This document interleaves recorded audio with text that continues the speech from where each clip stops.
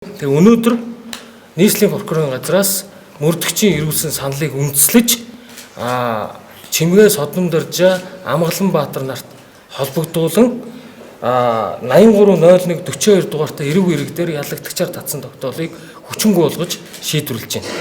За эндээс ямар эрх зүйн үр дагаврууд үүсэх вэ гэхээр нэгдүгээрт тэдгээр хэрэгсэхгүй болсон хүмүүсийн тухайд энэ удаан хугацаанд эрхэн зөрчигдсөн үйлдэл холбогдлынхоо тэр эрхээ хамгаалуулах хэрэг бүртгэгч, мөрдөн байцаагч, шүүгч, прокурорын хууль бус үйл ажиллагааны улмаас учирсан хохирлоо иргэний журмаар нэхэмжлэх ийм эрх зүйн үндэслэл бүрдэж байгаа.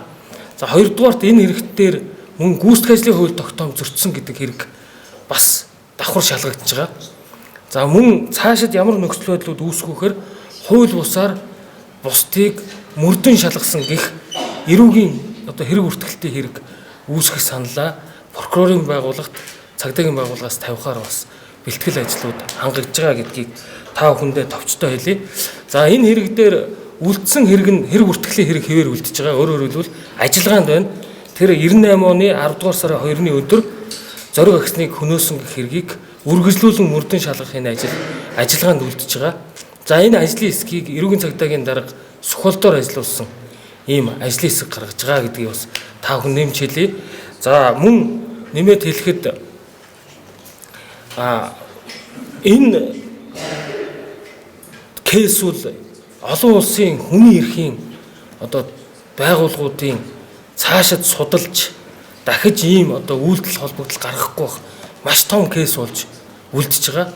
Өөрөөр хэлбэл хэрэг үлдээгүй гэж энэ мөрдөн шалгах байгууллага прокурор үзэж хэрэгсэхгүй болгосон энэ хүмүүсийг ингэж хилмигдүүлж хүчээр хэрэг хүлээлгэж эрүүдэн шүүж гүйцэтгэх ажлын хууль тогтоом зөрчиж мөрдөн шалгасан ял оногдуулсан энэ асуудлыг цаашид үргэлжлүүлж хууль сахиулах байгууллага шалгана.